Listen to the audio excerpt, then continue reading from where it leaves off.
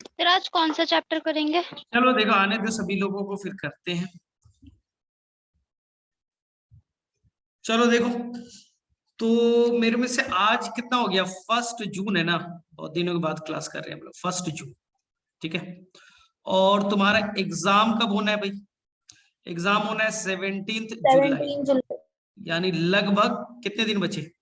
लगभग मान लो तो 1.5 महीने, लगभग 45 डेज, एग्जैक्टली 45 डेज है। तुम तो मान के चलो अपना 40 डेज, आप अपना मान के चलिए कितने डेज बचे, 40 डेज। अब 40 डेज में करना क्या है ना, 40 दिन एग्जैक्टली बचा। 40 डेज में देखो, सबसे पहले क्लास 12th में जो सबसे, क्योंकि तुम अभी तुरंत 12th पढ़ के आए हो, बोर्ड के बहाने 12th पढ़ा भी, पहले भी पढ़ा ठीक ठाक से, प्री बोर्ड पढ़ा, बोर्ड पढ़ा, यानी तुम्हारा 12th ठीक ठाक।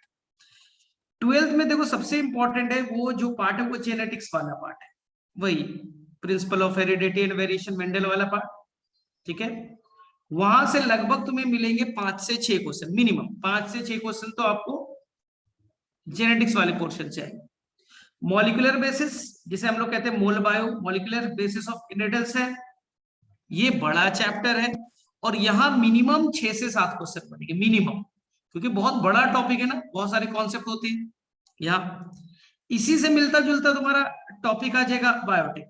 बायोटेक में 2 चैप्टर और लगभग मॉलिक्यूलर बेसिस से मिले जुले होते, तो उनमें से कम से, पिछले साल तो 9 क्वेश्चन आए थे, 9 क्वेश्चन, चलिए मान लेते 8 to 9 क्वेश्चन फिर से आ जाएंगे। तो लगभग आप सोचिए कि इधर से आपको मिनिमम मिलेगा तो 20+ क्वेश्चन मिलेंगे, 20 to 25 बन सकते। ठीक है, तो ये 12 का सबसे इंपॉर्टेंट पार्ट है, 25 क्वेश्चन तो यहां से आने वाले। ठीक है, इसके बाद में आपको इकोलॉजी रहा। ठीक है, इकोलॉजी में तुमने 2 ही चैप्टर पढ़े, क्योंकि तुमने बोर्ड में तो 2 ही पढ़ने थे, लेकिन इस बार नीट में तो सारे चैप्टर आएंगे, नीट में तो सारा चैप्टर आएगा, ऐसा तो नहीं है कि बोर्ड वाला चैप्टर नहीं आएंगे। तो इकोलॉजी से पिछले बार लगभग 10+ क्वेश्चन आए, 10 to 12 एग्जैक्टली, 10 से ऊपर ही क्वेश्चन, 10 से 12 क्वेश्चन। तो इकोलॉजी में तुम्हें 2 चैप्टर थोड़े पढ़ने पड़ेंगे, क्योंकि 2 ऑलरेडी पढ़ रखे। ठीक है, बचा तुम्हारा माइक्रोब्स वाला चैप्टर, बॉटनी की साइड से केवल बात करें, माइक्रोब्स एंड स्ट्रेटजी वाला, ये कंपैरेटिवली इजी होते हैं, यानी यह बच्चा खुद से पढ़ता भी है और पढ़ के भी आए, आसान सा है। तो इनसे बन जाते हैं 3 से 4 क्वेश्चन, मिनिमम 3 से 4 क्वेश्चन। ठीक है, और जो फर्स्ट चैप्टर है तुम्हारा sexual reproduction in flowering plant and reproduction in organs, उससे लगभग 5 क्वेश्चन तो आ जाते हैं। तो ये 12 का समझ में आ गया आपको। तो जो स्टार्टिंग वाला है, रिप्रोडक्शन वाला पार्ट है, उससे आपको 5 से 6 क्वेश्चन मिल जाएंगे। तो 12 थोड़ा कंपैरेटिवली इजी इसलिए क्योंकि तुम पढ़ के आए। तो हमारा अभी मेन फोकस होगा अगले 10 दिनों तक, हम 12 को जल्द से जल्द कवर करें, क्योंकि बहुत सारे बच्चे अभी मैथ्स में बिजी होंगे, थोड़े से इधर उधर थोड़ा सा रिफ्रेशमेंट ले रहे होंगे। तो हम लोग क्या करेंगे, स्टार्टिंग के 10 डेज में, 12 डेज में हम कोशिश करेंगे कि 12 का मैक्सिमम पोर्शन पढ़, क्योंकि तुम पढ़ के आए हो। लगभग जो 30 डेज या 25 डेज के आसपास जो मिलेगा, वो हम लोग देंगे किसको, 11th को देंगे, तो थोड़ा इजी हो जाएगा। 12th पढ़ के हो तो आसान लगेगा। चलो ठीक है, तो हम लोग स्टार्ट करते हैं। बोलो कहां से स्टार्ट करें, तुम लोग बोलो फटाफट, फटाफट बोलो कहां से स्टार्ट करना है। तो हम लोग, ठीक है मैसेज कर सकते हो, कोई इशू नहीं। चलो, तो हम लोग ने कोशिश किया था कि हम लोग जेनेटिक्स से स्टार्ट करते हैं ना, जेनेटिक्स से सबसे ज्यादा क्वेश्चंस आते हैं, और एकदम स्टार्टिंग से करते हैं जेनेटिक्स वाले पार्ट से। देखो, इसमें कोई टेंशन नहीं लेना है, बड़ा चैप्टर है, थोड़ा सा टाइम लगेगा, 2-3 दिन टाइम देंगे, लेकिन सारे क्वेश्चन सीखिए। सबसे पहले जेनेटिक्स में जो क्वेश्चन बनेगा वो मेंडल के राउंड बनेगा, क्योंकि यहीं से आपका चैप्टर स्टार्ट भी होता है। आपको मालूम भी है, फादर ऑफ जेनेटिक्स मेंडल, तो मेंडल से ये चैप्टर स्टार्ट होगा, तो थोड़ा बहुत उनका इंट्रो आपको मालूम होना चाहिए। जैसे बर्थ, बर्थ पूछा नहीं जाएगा, ये इंपॉर्टेंट नहीं, क्योंकि एनसीईआरटी में नहीं। तुम्हें साइंटिस्ट का नाम, कोई भी ईयर, डेट, ठीक है, एक्सपेरिमेंटल मटेरियल, बस वही याद रखना है जो एनसीईआरटी। अगर एनसीईआरटी में कोई ईयर मेंशन है, कोई डिस्कवरी मेंशन है, कोई साइंटिस्ट का नाम मेंशन है, ना, कोई भी डेटा मेंशन है तो वो पूछा जा सकता है। इसके अलावा कोई भी हजारों साइंटिस्ट है, तुम्हारे लिए कोई वैल्यू नहीं, तुम बस एनसीईआरटी के साइंटिस्ट को याद करना है, डेट वही याद करना है। तो एनसीईआरटी में बर्थ का टाइम दिया नहीं है तो तुम्हारे लिए कोई इंपॉर्टेंट नहीं, तुम्हारे लिए बर्थ का टाइम कोई इंपॉर्टेंट है ही नहीं। फिर भी मैं यहां पर लिख देता हूं 1822, क्यों समझो, एग्जैक्टली आज से 200 साल पहले। बस मैंने इसलिए बताया कि आज से 200 साल पहले, यानी मेंडल का एक तरह से 200वां जन्मदिन चल रहा है।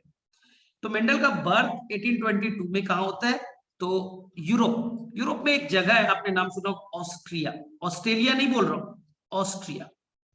वहां के एक छोटे से गांव में वो पैदा होते हैं, ठीक है। ये पार्ट अब टूट भी गया है, ये पार्ट चेक रिपब्लिक, एक नाम सुना होगा तुमने, यूरोप का अगर मैप पढ़ा होगा ज्योग्राफी में, तो वो दूसरे कंट्री में ही शिफ्ट हो गया, चेक रिपब्लिक में।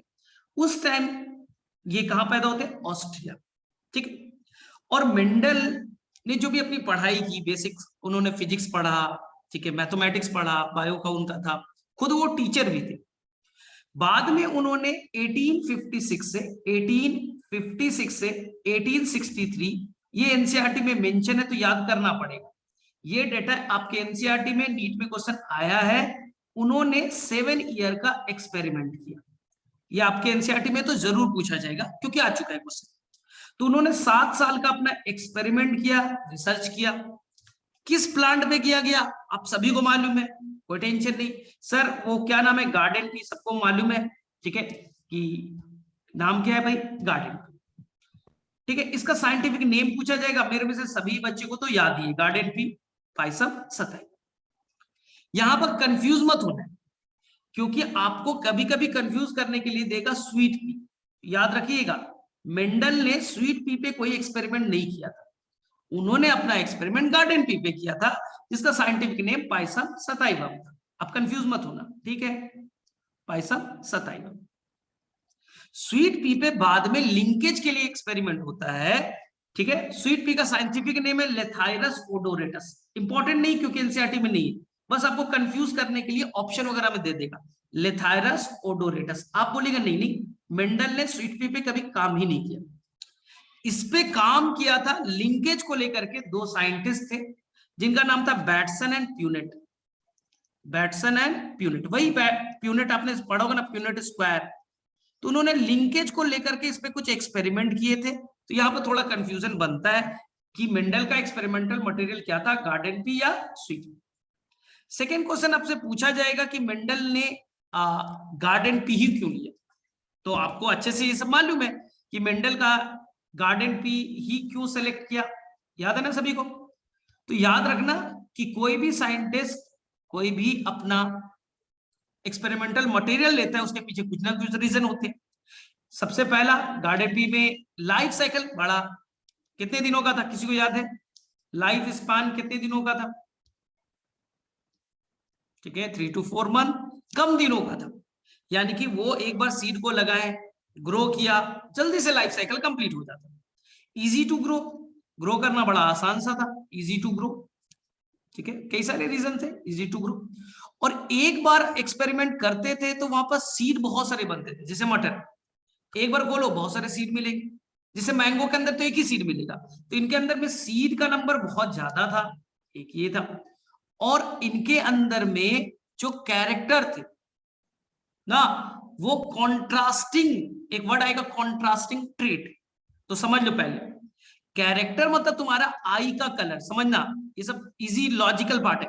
जैसे आई का कलर, तुम्हारा आई कैसा दिखता है, ये हो गया आपका कैरेक्टर।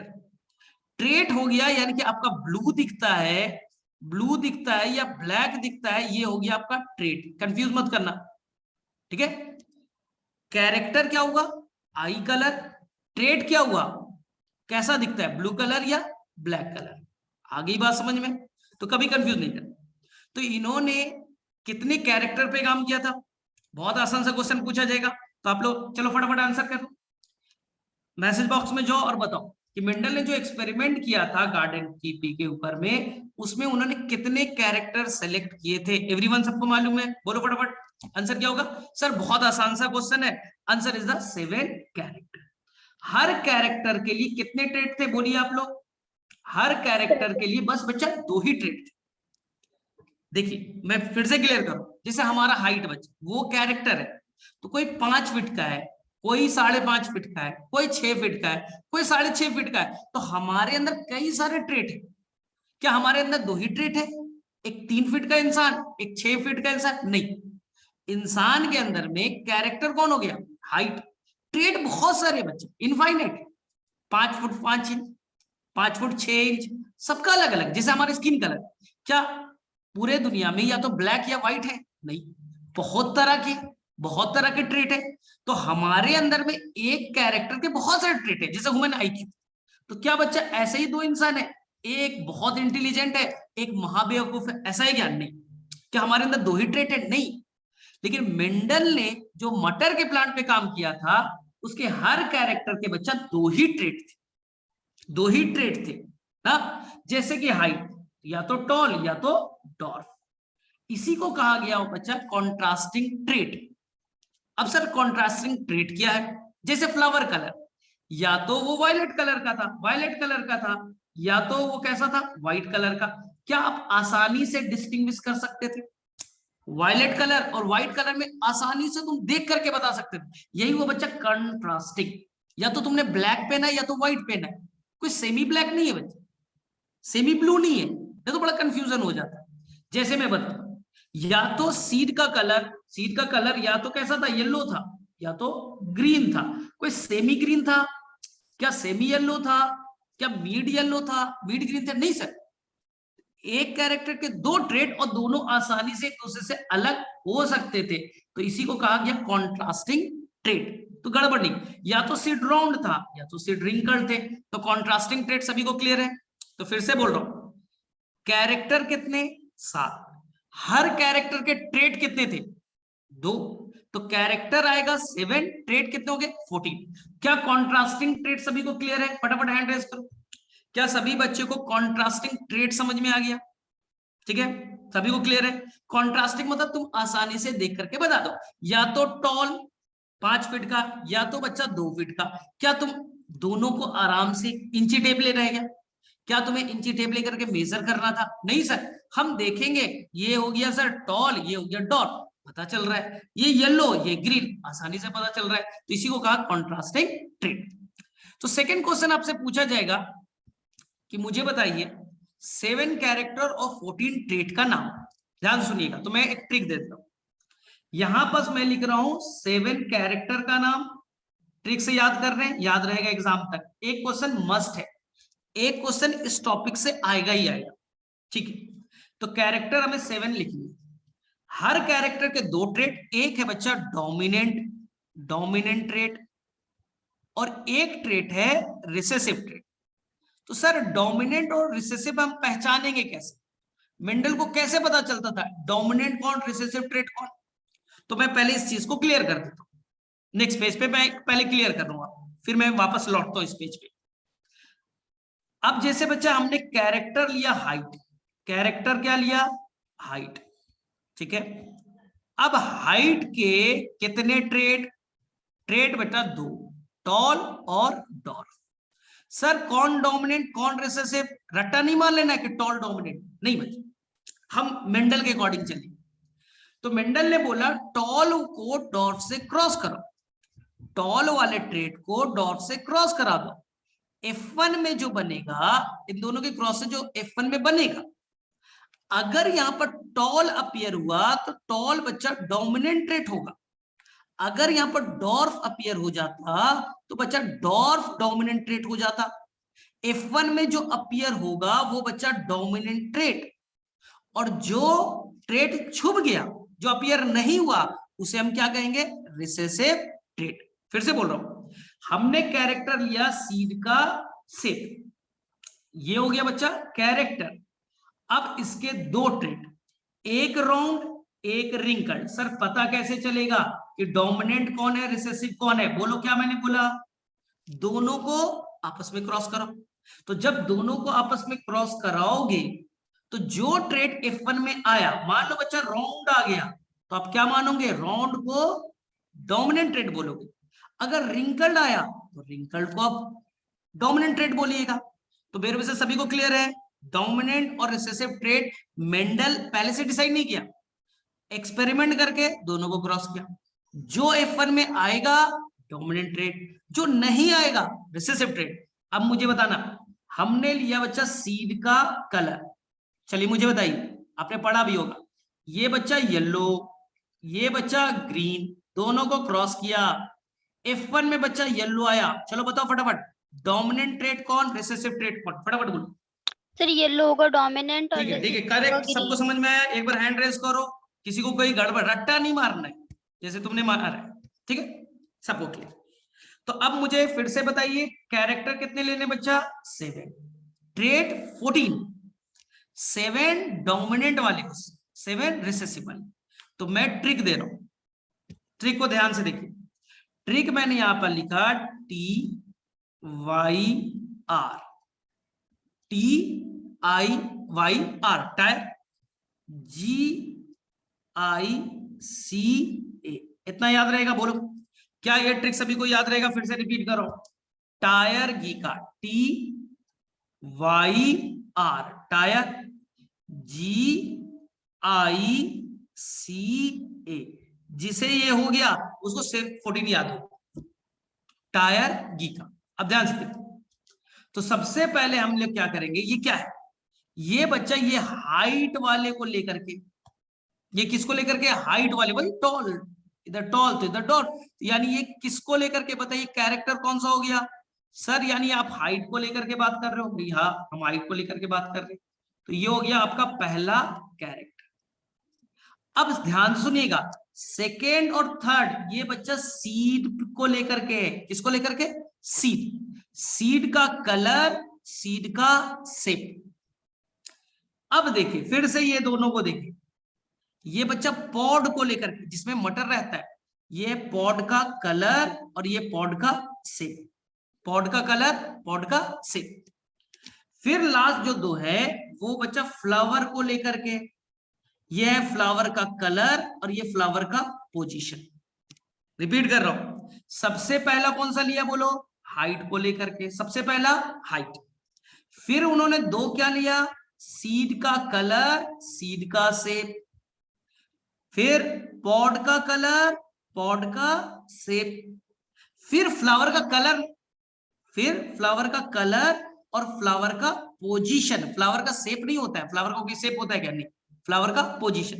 तो अब बताओ, फिर से बोल रहा हूं, सीड के ऊपर में दो काम, सीड का कलर, सीड का शेप, पॉड का कलर, पॉड का शेप, फ्लावर का कलर, फ्लावर का पोजीशन। क्या 6 हो गए? और एक बच्चा हो गया हाइट को लेकर के। अब बताओ किसे किसे याद हो गया, 7 कैरेक्टर किसे किसे याद हो गया? फटाफट बोलना, हैंड रेस यस करना। सर। सीड के ऊपर 2 का, पॉड के ऊपर 2 का, फ्लावर के ऊपर 2 का, टोटल कितने हो गए? 6। एक हो गया हाइट वाला, फटाफट याद हो गया। चल, तो मैंने टायर जो घी का लिखा है ये केवल और केवल डोमिनेंट ट्रेट। तो टी का मतलब क्या? टॉल। अब बताओ वाई का मतलब क्या हुआ, तुम लोग बोलना, येलो। ठीक है, ठीक है, यहाँ येलो है तो यहाँ पर क्या हो जाएगा, पढ़ा है ना, ग्रीन। सीड का कलर ग्रीन, येलो। आर का मतलब हो गया राउंड, राउंड का कॉन्ट्रास्टिंग क्या हुआ बोलो, रिंकल्ड, राउंड का कॉन्ट्रास्टिंग रिंकल्ड। चलो याद है जी। अब यहाँ पर बड़ा कंफ्यूजन है, यहाँ पर ग्रीन, यहाँ पर येलो। तो क्वेश्चन अगर आएगा तो ये पूछा जाएगा, ये बताइए जो ग्रीन है, ध्यान से देखिएगा, जो ग्रीन है वो डोमिनेंट है या रिसेसिव है? क्योंकि यहाँ ग्रीन और यहाँ भी ग्रीन। अब देखिए यहाँ येलो, यहाँ येलो, तो सर आपसे पूछा जाएगा येलो है क्या, डोमिनेंट है या रिसेसिव है? तो ध्यान से करना आंसर को, ग्रीन डोमिनेंट या रिसेसिव, ध्यान से।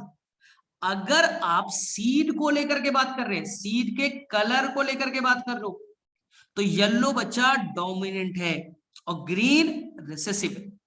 लेकिन बच्चा आप पॉड को लेकर के बात कर रहे हो, पॉड फल्ली जिसके अंदर मटर का दाना रहता है, तो बच्चा ग्रीन डोमिनेंट है और येलो रिसेसिव है। तो ग्रीन डोमिनेंट भी है और ग्रीन रिसेसिव भी है। पॉड के लेकर के, पॉड के कलर को लेकर के ग्रीन डोमिनेंट है, लेकिन सीड के कलर के लिए ग्रीन रिसेसिव है। येलो सीड के कलर के लिए डोमिनेंट है, लेकिन सीड पॉड के कलर के लिए रिसेसिव है। तो क्या कंफ्यूजन है? फिर से बोल रहा हूं, आपसे पूछा जाएगा ग्रीन डोमिनेंट या रिसेसिव, तो आप बोलिएगा भैया पूछिए किसके लिए पूछ रहे, सीड के कलर के लिए या पॉड के कलर के लिए? तो सीड के कलर के लिए ग्रीन तो रिसेसिव, बट पॉड कलर के लिए डोमिनेंट। क्या ये कंफ्यूजन सबको ठीक हो गया? फटाफट बोलो। Yes sir. यहां पर से हमेशा कंफ्यूज कराया जाता है। फिर से बोलो सभी लोग, हैंड रेस करो, सबको क्लियर है? तो येलो और ग्रीन में कंफ्यूज नहीं होना है। किसका पूछा इंपॉर्टेंट है। चलो अब I4 आप लोग बताइए, इनफ्लैटेड सबको याद है ना, इनफ्लैटेड, ठीक है। इधर बोलो कॉन्स्ट्रिक्टेड, चलो याद है सभी को। अब बेटा कलर पे आओ, कलर फ्लावर का कलर, तो ये बच्चा कलर सी का मतलब क्या है? कलरफुल। कौन सा कलर? Violet colour. सी का मतलब यहाँ कलर्ड है, कलरफुल है, वायलेट। और इधर क्या है बच्चा? व्हाइट, ठीक है। ए का मतलब हो गया एक्सियल और इधर है टर्मिनल। सर ये एक्सियल और टर्मिनल का कॉन्सेप्ट क्या है? समझिए ध्यान से, ध्यान से। ये तुम्हारा स्टेम, ये बच्चा स्टेम, स्टेम के ऊपर में ये नोड, नोड से निकला फ्लावर, क्या निकला? लीफ। ये क्या है बच्चा? लीफ। नोड से क्या निकला? लीफ। अब इस लीफ और स्टेम के बीच जो एंगल है इसका नाम है एक्सिल। क्या नाम दिया? AXIL। ये मॉर्फोलॉजी में काम आएगा, एक्सिल। एक्सिल के ऊपर बड है, एक्सिल के ऊपर क्या है? बड। इस बड को कहेंगे एक्सिलरी बड। क्या कहेंगे? बोलो, एक्सिलरी बड। अब एक्सिलरी बड से अगर फ्लावर बना तो इस फ्लावर का नाम एक्सिलरी फ्लावर। एक्सिलरी बड ने बनाया तो एक्सिलरी फ्लावर। अगर टर्मिनल पे बड है, टर्मिनल पे बड है ये व्हाइट वाला, और उसने फ्लावर बनाया तो नाम टर्मिनल फ्लावर। क्लियर? फिर से रिपीट कर रहा हूं, फिर से मैं सेकंड पेज पे रिपीट कर रहा हूं, गड़बड़ नहीं करेगा कोई भी। ध्यान से देखिए, मैंने क्या बोला? ये स्टेम, स्टेम को पहचानने का तरीका node, node, node, node, internode. Node के ऊपर में क्या निकलते हैं? लीफ। ये देखिए लीफ, लीफ और स्टेम के बीच एंगल का नाम एक्सिल। एक्सिल पे, एक्सिल पे जो भी बर्ड होगा एक्सिलरी बर्ड। इस बर्ड से अगर फ्लावर बना एक्सिलरी फ्लावर। अगर टर्मिनल पे बर्ड है उससे फ्लावर बना तो टर्मिनल फ्लावर। तो मुझे बताइए क्या सभी को क्लियर है? तो एक्सिल पे है एक्सिलरी फ्लावर, डोमिनेंट। क्यों? एक्सिलरी फ्लावर, टर्मिनल फ्लावर को क्रॉस करो, F1 में एक्सिलरी फ्लावर आया तो डोमिनेंट हो गया, और टर्मिनल चुभ गया यानी रिसेसिव ट्रेट था। क्या सभी को याद हो गए? तब मुझे फटाफट बताओ, 7 कैरेक्टर मैं पूछ रहा हूं। सेकंड बताइए, सेकंड और थर्ड किसके ऊपर में?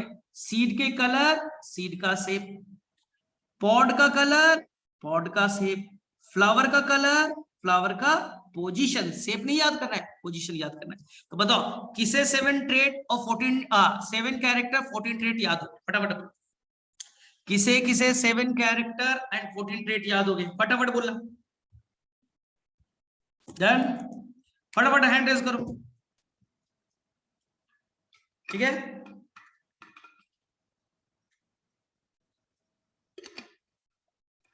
चलो अब मुझे फिर से बताओ, येलो डोमिनेंट ट्रेट है रिसेसिव ट्रेट है? येलो डोमिनेंट ट्रेट या रिसेसिव ट्रेट? येलो क्या है? Dominant trait, recessive trait? Answer करो सभी लोग। येलो डोमिनेंट ट्रेट है, रिसेसिव ट्रेट है? तो तुम बोलना सर अगर सीड के कलर के लिए बोल रहे हो तो डोमिनेंट ट्रेट है, अगर पॉड के कलर के लिए बोल रहे हो तो रिसेसिव ट्रेट है। करेक्ट। चलो बताओ ग्रीन डोमिनेंट किसके लिए? ग्रीन डोमिनेंट किसके लिए? फटाफट बोलना। ग्रीन डोमिनेंट किसके लिए? सीड के कलर के लिए या पॉड के कलर के लिए? फटाफट आंसर करो सभी लोग। पॉड के कलर के लिए। डन? याद रहेगा, ठीक है। फिर से बोल रहा हूं, अगर फ्लावर एक्सिल पे बना तो उसे क्या नाम देंगे? अगर फ्लावर एक्सिल पे बना तो क्या नाम देंगे? Axillary flower. टर्मिनल पे बना टर्मिनल फ्लावर। चलिए, तो ये आपको याद हो चुके हैं, ठीक है। अब देखिए, अभी हमने आपसे क्या डिस्कस किया था? हाँ, तो मैंने आपसे डिस्कस किया था कि मेंडल ने, फिर से बोल रहा हूं, मेंडल का एक्सपेरिमेंट का ड्यूरेशन बताइए। 7 ईयर का एक्सपेरिमेंट कब से कब किया था? फटाफट बोलो। 7 ईयर का जो उन्होंने एक्सपेरिमेंट किया था, डेट बताइए। 1856 से 1856 से 1863 तक।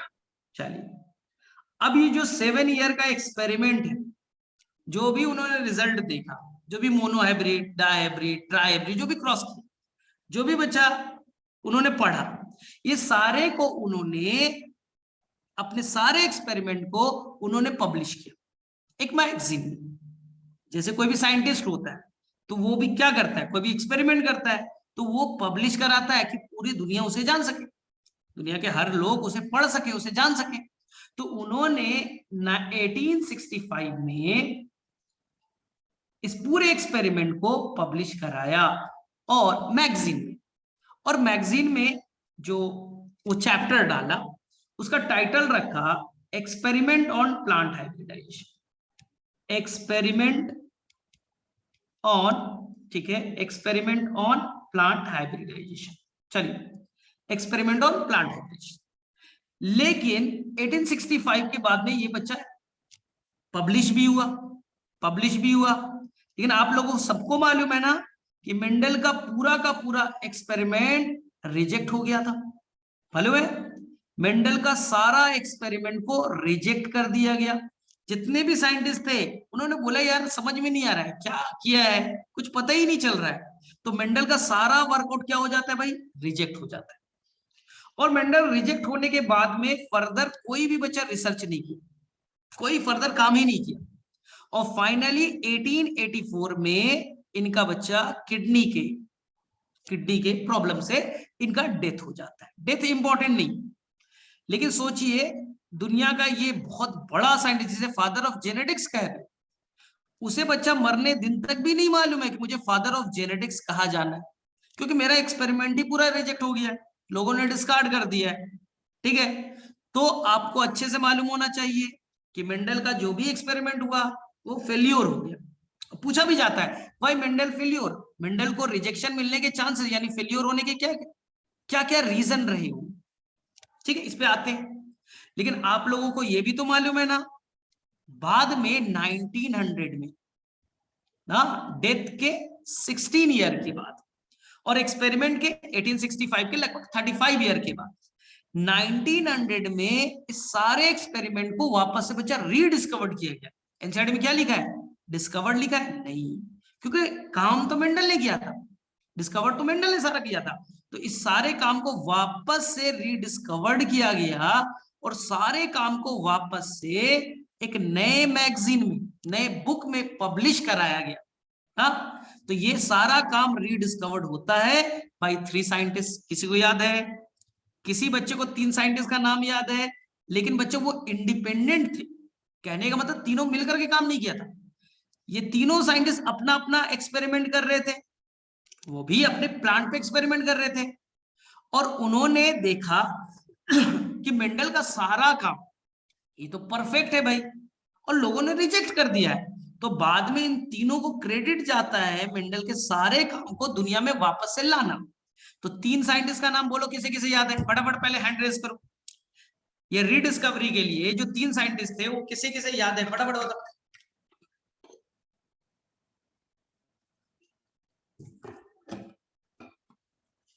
हाँ, फटाफट नाम बोलो, किसी को याद है? एनीवन, किसी को याद है इन तीनों साइंटिस्ट का नाम जिन्होंने मेंडल के वर्कआउट को वापस से रीडिस्कवर्ड किया था? फटाफट बोलो। या किसी को याद नहीं? हैंड रेज करो, किसी किसी याद? Carl Correns, Hugo de Vries and Tschermak. याद करो, एनसीईआरटी किसी ने पढ़ा है? फिर से बोलो। Carl Correns, Hugo de Vries, Tschermak. याद आ रहा है आपको? 3 अलग अलग कंट्री के अलग अलग साइंटिस्ट, उन्होंने एक्सपेरिमेंट किया, मेंडल के वर्कआउट पे वापस से रीडिस्कवर्ड किया। तो ये आपको बच्चा याद रखना चाहिए। तो 3 साइंटिस्ट आप याद रख लोगे? फटाफट बोलो, सभी को याद हो जाएगा। तो अब प्रॉब्लम ये कि मेंडल को रिजेक्ट क्यों किया गया? तो एक बच्चे ने बड़ा आंसर दिया। सबसे पहला भाई कि उन्होंने मेंडल ने जो भी अपना एक्सपेरिमेंट पब्लिश किया वो बच्चा लोकल मैगजीन में पब्लिश करा है। लोकल यानी तुमने भाई जो भी काम किया लोकल न्यूज़पेपर में छपा। अगर लोकल न्यूज़पेपर में छपेगा तो क्या वर्ल्ड के सब लोग जान पाएंगे? मेंडल के साथ यही हुआ, उन्होंने जो भी एक्सपेरिमेंट किया वहां के जो भी लोकल मैगजीन आते थे ना साइंस से रिलेटेड उसी में पब्लिश हुआ, लोगों ने पढ़ा ही नहीं। एक रीजन ये। सेकंड, मेंडल बच्चा बहुत वेल नोन पर्सन नहीं थे। मेंडल को जानता कौन था? जैसे उस टाइम डार्विन को जानते थे, अलग अलग बड़े बड़े साइंटिस्ट थे, उनको लोग जानते थे, लेकिन मेंडल को कोई जानता ही नहीं था। अगर कोई जानता ही नहीं तो कोई सीरियस लेता भी नहीं। तीसरा, मेंडल का कॉन्सेप्ट थोड़ा अलग था। मेंडल बच्चे कुछ फैक्टर यूज करते थे जो लोगों को समझ में नहीं आता था।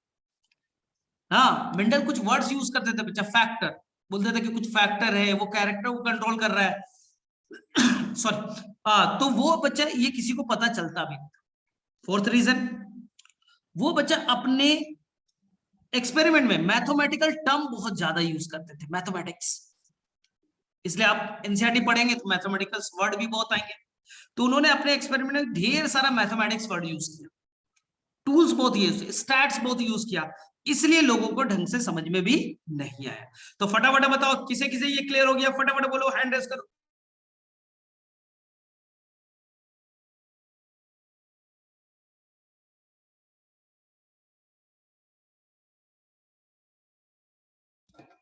तो चलो रिपीट कर रहा हूं। मेंडल के रिजेक्शन के कई सारे रीजन थे, एनसीईआरटी में बच्चा 2 पेज दिया है। तो सबसे बड़ा जो रीजन है बच्चा कि उन्होंने जो भी अपने एक्सपेरिमेंट को पब्लिश किया लोकल जर्नल में, लोकल मैगजीन में दिया, लोग जानते भी नहीं थे। मेंडल खुद बहुत फेमस इंसान तो थे नहीं, बहुत बड़े साइंटिस्ट तो थे नहीं, वो तो बाद में बच्चा, बाद में उनको फादर ऑफ जेनेटिक्स का, मरने के बाद में, जब तक जिंदा है कोई इज्जत ही नहीं था। तीसरा, मेंडल ने कुछ वर्ड यूज किया बच्चा, फैक्टर्स, ये भी लोगों को समझ में नहीं है। उनके एक्सपेरिमेंट में ढेर सारे मैथमेटिकल टर्म्स थे, ये भी लोगों को समझ में नहीं आता था। फाइनली 1900 में रीडिस्कवर्ड हुआ और मेंडल ने इतना बड़ा काम किया था कि इसी के लेकर के मेंडल को बच्चा कहा गया father of genetics. Father of genetics कहा जाता है कि मेंडल ने जो अपना वर्कआउट किया था बच्चा वो आगे का था। मतलब कि सोचो, मेंडल वर्ड यूज करते थे फैक्टर, ये फैक्टर था कहां, किसी को मालूम है? मेंडल वर्ड यूज करते थे फैक्टर, बाद में पता चला ये फैक्टर कुछ नहीं था बच्चा, ये तो जीन थे, जीन को ही फैक्टर कहते हैं। जीन कहां होता था? डीएनए में, और डीएनए की डिस्कवरी तो बच्चा 100 साल के बाद होता है। मेंडल ने एक्सपेरिमेंट 1860 के आसपास किया ना भाई, 1856 के आसपास, लेकिन डीएनए का रियल मॉडल बच्चा 1953 में आया। वाटसन एंड क्रिक याद है आप लोगों को? तो रियल में डीएनए लोगों को, पूरी दुनिया को पता कब चला? 1953 में। फिर बाद में पता चला कि डीएनए के पार्ट को जीन कहते हैं, जीन कोई कैरेक्टर कंट्रोल करता है, और मेंडल ऐसी बातें तो 100 साल पहले करता था, तो लोगों को कैसे समझ में आता? तो कहा गया कि मेंडल का वर्क जो है आगे, एहेड था, मतलब कि उसने पहले ही सारा काम कर दिया और दुनिया वालों को उस टाइम समझ में ही नहीं आया ना। तो कई बार हम लोग बोलते हैं ना कि कुछ मूवी ऐसे बन जाती है जो अगर 50 साल बाद, 10 साल के बाद बनती है तो सुपर हिट होती है, लेकिन अभी ऐसा कॉन्सेप्ट दे दिया, ऐसा साइंस वाइंस का यूज कर दिया कि लोगों को समझ ही में नहीं आ रहा है। तो मेंडल के साथ यही हुआ, ऐसा एक्सपेरिमेंट कर दिया, लोगों को समझ ही में नहीं आ रहा है, लेकिन बाद में मेंडल का हर वर्ड, एक एक वर्ड बच्चा करेक्ट निकलते गया। ठीक है, तो मेंडल के ऊपर में सारी कहानी आपको क्लियर है, कोई भी गड़बड़ नहीं करोगे। क्या अब हम लोग रेशियो वगैरह में चले?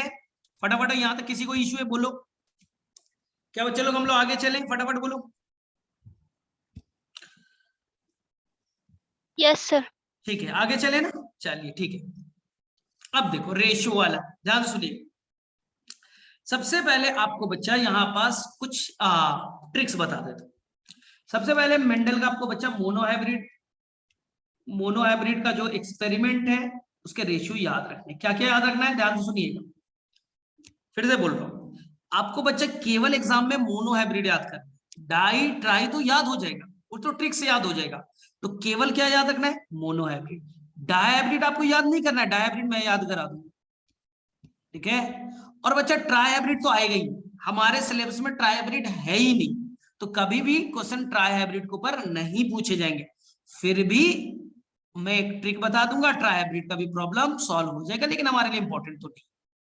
ठीक है, देखो मोनो हाइब्रिड में आपसे पहला क्वेश्चन बनेगा, ठीक है, कि यहाँ का फिनोटिपिक रेशियो क्या आया था। आप सभी को मालूम है ना, फिनोटिपिक रेशियो और जीनोटिपिक रेशियो, किसी को कोई दिक्कत नहीं, लेकिन किसका, F2 जनरेशन का। तो फिनोटिपिक रेशियो आपने पढ़ा होगा बच्चा, 3:1 आए थे, इसमें से 3 टॉल थे, 1 डॉर्फ था, याद है, 3 टॉल 1 डॉर्फ, रेशियो क्या हुआ था बच्चा, 3:1। ठीक है, अब देखिए डाई हाइब्रिड में क्या करना है, मोनो हाइब्रिड का बच्चा डबल कर देना है। तो डाई हाइब्रिड का फिनोटिपिक रेशियो कैसे निकाले सर, आप क्या करो, 3:1 को डबल कर दीजिए, ऐसे डबल कीजिए, ठीक है, डबल करके दिखा रहा हूं, 3:1 इंटू 3:1, ऐसे आप मल्टीप्लाई कर दो, बोले ठीक है। तो यहां पर क्या आएगा बोलो, 1:1, देखिए यहां पर मल्टीप्लाई किया तो 1 आया, 1:3 करो 3 आया, 3:3 3 आया, और 3:3 9 आया। क्या बच्चा आप लोगों को समझ में आया, फिर से करके बता दे रहा हूं मैंने कैसे किया। मैंने मोनो हाइब्रिड का बच्चा 3:1 रखा, डाई हाइब्रिड को मैंने डबल कर दिया, 3:1 इंटू 3:1, तो 1:1 क्या आया, 1, 1:3 बच्चा 3, 3:1 3, और 3:3 बच्चा 9, 9 3 3 बनाते हैं ना phenotypic ratio. Sir try hybrid का करके बताओ, तब जाने, चलिए 3:1 का बच्चा आपको क्यू कर देना है, ट्रिपलिंग कर देना है। आपने जब बच्चा डबल किया तो क्या आया रेशियो, 9 3 3 1, 2 बार किया तो इतना आया। अब इसका ट्रिपलिंग करना है तो 3:1 को फिर से आप 3:1 से मल्टीप्लाई कर दो। अब बताओ करके बताओ कैसे, मैंने बताया 1:1 1 3 3 9 आया, फिर 3 को करो, 3:1 3, 3:3 9, 3:3 9, और 3:9 27। क्या बच्चा आपको ट्राई हाइब्रिड का भी रेशियो निकालना आ गया, फटाफट बताओ किसे किसे समझ में आया, फटाफट बताओ किसे किसे समझ में आ गया, 100%। बस आपको मोनो हाइब्रिड याद करना था, आपको याद क्या करना था, मोनो हाइब्रिड। आपने डाई हाइब्रिड में डबल किया, ट्राई हाइब्रिड नहीं पढ़ना है, फिर भी आपको याद नहीं हो गया क्या है, 3:1 का आपको क्या करना है बच्चा, क्यू, ठीक है, आपने 3:1 का क्यू कर दिया, आंसर आ गया, डन, समझ में आ गया। चल अब आपको जीनोटिपिक रेशियो निकालना है सभी का, जीनोटिपिक रेशियो याद आ रहा है, F2 में जीनोटाइप कैसे कैसे थे याद करो। तो सर एक तो होमोजाइगस वाला, capital T capital homozygous dominant थे, दो तो सर हेट्रोजाइगस वाले थे, याद आ रहा है आपको, और सर एक तो था स्मॉल टी होमोजाइगस रिसेसिव। तो रेशियो सर हम तो ऐसा लिखते थे एग्जाम में 1:2:1, एक होमोजाइगस डोमिनेंट, 2 हेट्रोजाइगस डोमिनेंट, और एक बच्चा होमोजाइगस रिसेसिव। अब बताओ डाई हाइब्रिड का निकालने के लिए क्या करेंगे, अब मैं नहीं बताऊंगा, तुम्हें करना है, 1:2:1 का डबल करना है। सर ट्राई हाइब्रिड में 1:2:1 का ट्रिपल करना है। चलिए सिखाता हूं नेक्स्ट पेज पे। तो आपको क्या करना है बोलो, मोनो हाइब्रिड का क्या आया, 1:2:1, अब ऐसे करो, मोनो हाइब्रिड का 1, डाई हाइब्रिड के लिए मैंने क्या बताया, 1:2:1 का डबलिंग करना है। सर डबल, चलिए करके देखते हैं, 1:1 इंटू 1:1, चलिए मल्टीप्लाई करने का तरीका बता रखा है, 1:1 बोलो 1, 1:2 2, 1:1 1, 121 आया। चलिए अब 2 से मल्टीप्लाई करो, 2:1 2, 2:2 4, 2:1 2, 242। चलिए अब फिर से इसको करके देखिए, 1:1 1, 1:2 2, 1:1 1, क्या बच्चा आ गया, 121, 242 121।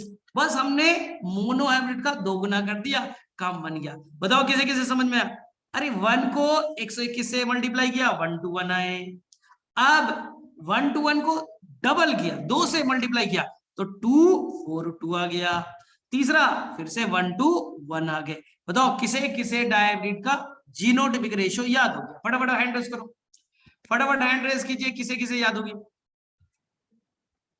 डन। तो क्या बच्चा आप ट्राई हाइब्रिड का निकाल सकते हो? एनीवन? निकालने नहीं आएगा तो आप क्या करोगे बोलो? 1 2 1 का ट्रिपलिंग। और सर यहाँ पर हमने डबल कर दिया ना, तो इनमें 1 2 1 से मल्टीप्लाई कर देंगे तो आ जाएगा क्या? आ जाएगा। 1 2 1 से मल्टीप्लाई करेंगे बच्चा, आ जाएगा, खत्म कहानी। आ गई बात समझ में? तो किसी को कोई कंफ्यूजन नहीं है? फटाफट बताओ किसे किसे ये कॉन्सेप्ट आ गया जीनोटाइपिक रेशियो? याद हो गए सभी को? चलो अब फिर से मैं एक ट्रिक दे रहा हूं। अब मुझे बताना मोनो हाइब्रिड में कितने तरह के फिनोटाइप बने थे?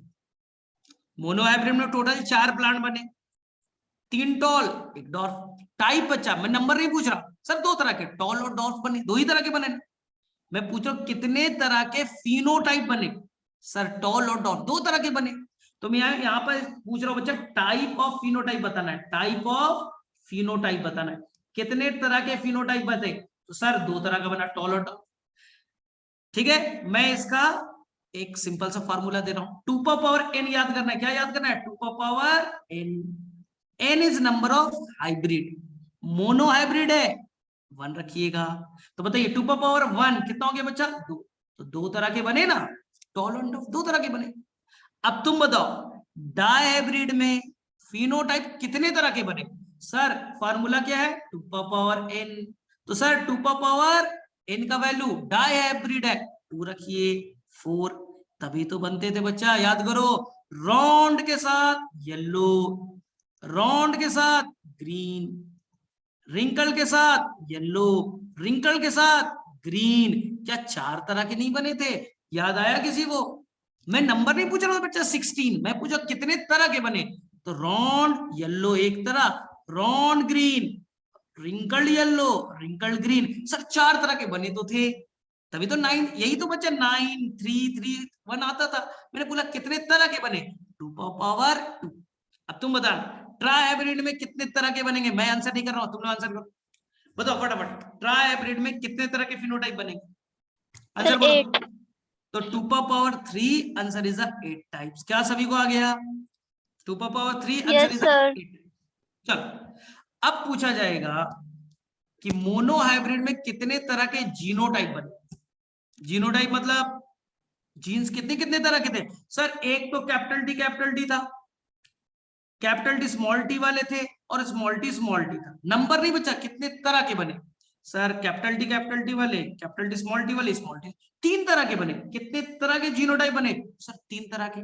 तो फार्मूला हो गया बच्चा 3 पे power n, number of genotype.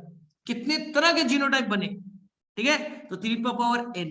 तो अब मुझे बताओ डायब्रिड में 3 पे power 2 answer is the 9 type के जीनोटाइप दिख रही है। और ट्राइब्रिड में 3 पे power 3 answer is the 27 types के।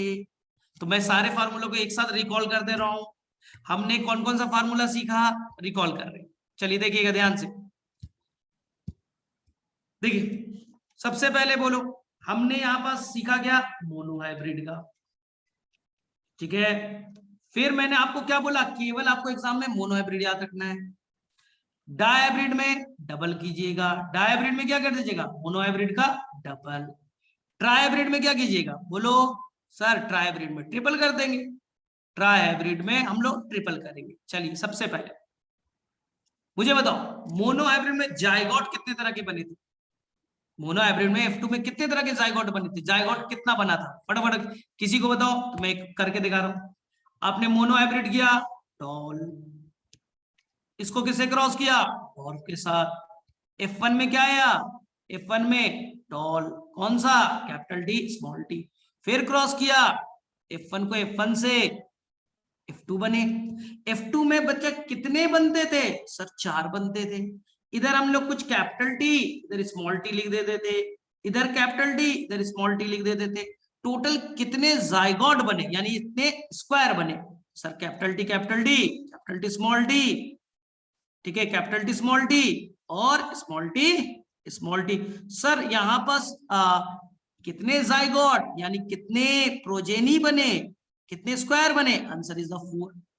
तो मैं फार्मूला दे रहा हूं बच्चा 4 पे पावर n, जाइगोट कितने बनेंगे? 4 पे power n।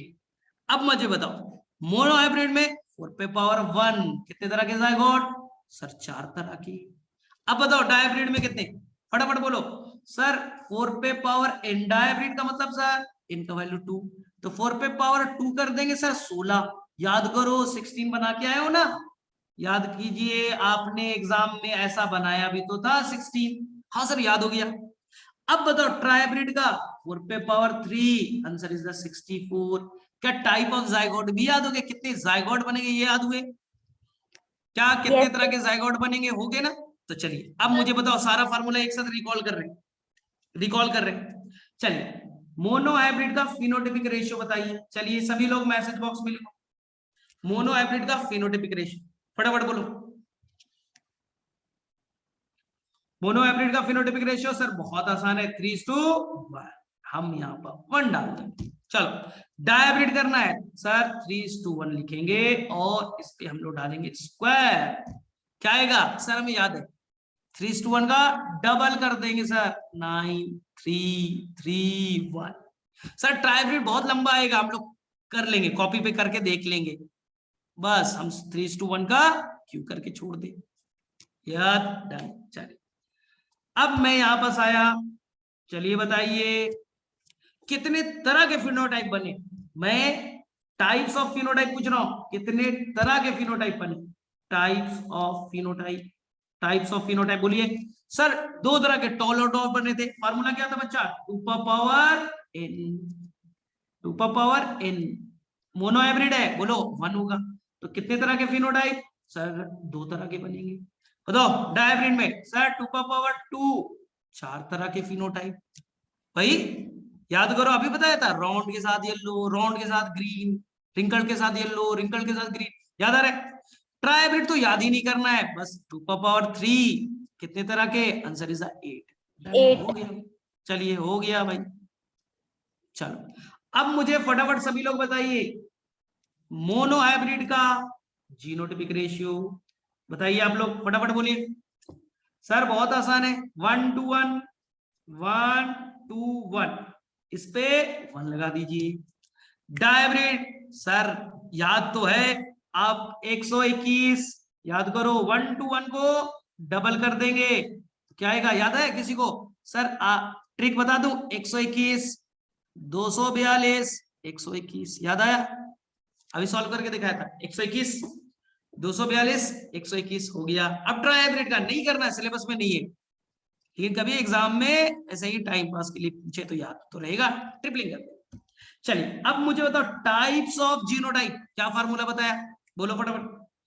Types of genotype, 3 की फिनोटाइप पावर में n। हाँ तो types of genotype, type of genotype, तो आंसर बोलो 3 पे पावर n। यहाँ n का वैल्यू 1 तो 3 तरह के। सर कौन कौन है को बता दो। अरे वही capital T capital T, capital T small T, small T small T, 3 तरह के नहीं बने। हाँ सर 3 तरह के जीनोटाइप। चलो डायब्रिड बोलो सर 3 पे पावर 2 9 टाइप्स के। कितने 9। तरह के जी 9, और यहाँ याद नहीं करना है 3 पे पावर 3 27। चलिए अब मुझे बताना मोनो हाइब्रिड में जायगोट कितने बने, यानी स्क्वायर कितने बने बताओ। नंबर 4। ऑफ जायगोट बोलो, फार्मूला क्या था 4 अभी की दिया पावर n। फार्मूला, हाँ 4 पे पावर n, 4 पे पावर n। चलो यहाँ पर 1 था, यहाँ पर 4 पे पावर 2 कितने 16, यहाँ पास इसलिए यहाँ कितने 64। बनेंगे 64। इसलिए नहीं इतना लंबा नहीं पढ़ना, इतना लंबा नहीं पढ़ना है, 64 हमें थोड़ी ना बनाना है। तो क्या अब रेशियो में कोई गड़बड़ करेगा, हाँ या ना में बताओ। अब आसान कर दिया रेशियो सारा, एक बार में सभी बच्चे याद हो जाएगा। अब एक और ट्रिक बता दो, यस सर। बोलो सभी लोग हैंड रेस करो, किसे किसे समझ में आया, मतलब मजेदार था।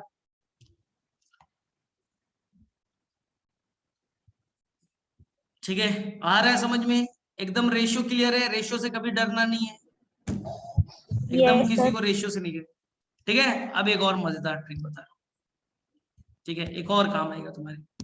याद है तुमने बच्चे रेशियो पढ़ा होगा टेस्ट क्रॉस, याद करो। तो पहले टेस्ट क्रॉस के बारे में थोड़ा सा बताता हूं फिर आगे चलेंगे। आपने बच्चा क्या किया, पेरेंट लिया कैसा प्योर टॉल, कैपिटल टी के प्योर मतलब कैपिटल कैपिटल वाले, प्योर डॉर्फ क्रॉस किया, ठीक है स्मॉल टी स्मॉल टी। चलिए ये बेटा कैसा पेरेंट? सर ये तो डोमिनेंट पेरेंट है, ये बच्चा डोमिनेंट पेरेंट है। और ये कैसा? रिसेसिव पेरेंट है। बताया ना, डोमिनेंट रिसेसिव आप लोगों को याद हो चुका होगा। दोनों को क्रॉस किया, आपको अच्छे से मालूम है, इधर से कैपिटल टी इधर से स्मॉल टी, बच्चा आएगा टॉल। सबको मालूम ना F1 में। अब आपको बच्चा सेल्फिंग नहीं करना है, F2 नहीं बनाना है। आपको सेल्फिंग करके F2 नहीं बनाना है, तो सर करना क्या है? आपको F1 को पीछे ले जाना है, एक जनरेशन पीछे जाना है, इसलिए नाम बच्चा बैक क्रॉस। F1 को आगे ले जाके F2 नहीं बनाना है, F1 को एक जनरेशन पीछे ले जाइए, उसके साथ क्रॉस करा दो। तो एक जनरेशन पीछे वाले यानी पेरेंट से क्रॉस करा के देखो, तो नाम बैक क्रॉस। सर कौन से पेरेंट? अरे तुम्हारी मर्जी, किसी भी पेरेंट से क्रॉस करो। तो कभी भी क्वेश्चन आएगा F1 इंटू पेरेंट, किसी भी पेरेंट से आप क्रॉस करा दीजिए, इसे हम टॉपिक को क्या कहेंगे? Back cross. यानी कि आप एक जनरेशन पीछे जा रहे हो, बैक क्रॉस। लेकिन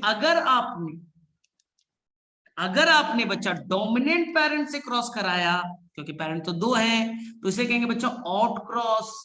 क्या कहेंगे? Out cross. इसी को एनिमल में आप पढ़ते हो बच्चा आउट ब्रीडिंग।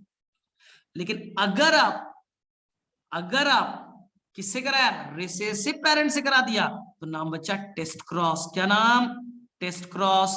तो मुझे बताइए फटाफट, तीनों में कंफ्यूज नहीं होना है, what is the back cross? Sir F1 को पेरेंट से क्रॉस करा दो, बैक क्रॉस।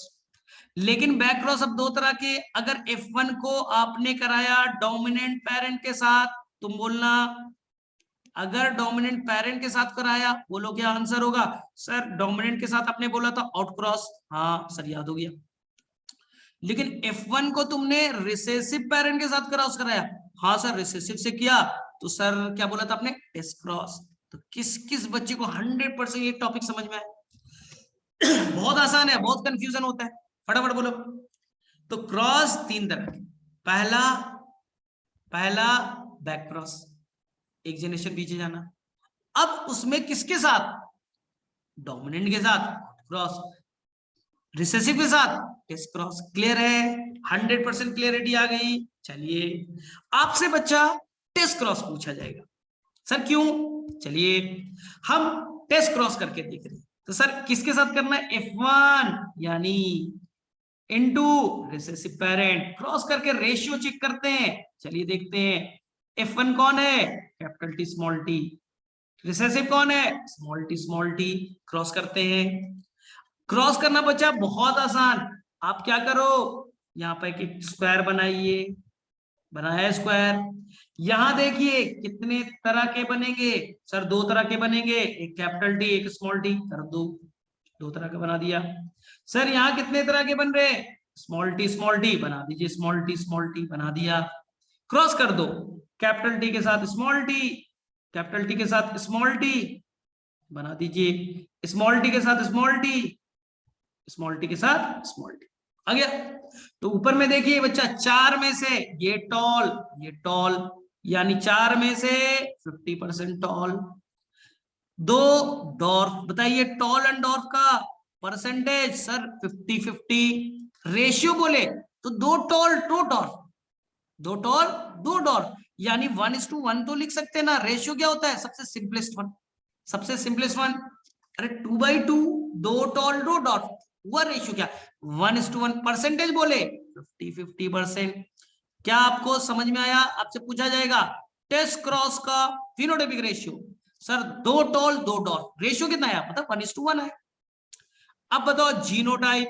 सर जीनोटाइप तो sir capital T small T 50% और स्मॉल टी 50%, यानी 1:1। दो ऐसे बने दो ऐसे बने, सिंपलेस्ट फॉर्म में बोले तो 1:1। तो सर यहां तो जीनोटाइप भी 1:1, फिनोटाइप भी 1:1 आ रहा है। अरे तो टेस्ट क्रॉस में जीनोटिपिक रेशियो भी 1:1, फिनोटिपिक भी 1:1। क्या सभी को समझ में आया? फटाफट बोलो, हैंड रेस करो। क्या आपको टेस्ट क्रॉस निकालने आ गया? क्या आप सभी को टेस्ट क्रॉस निकालने आ चुका है? बोलो फटाफट। डन? समझ में आ गया सभी को?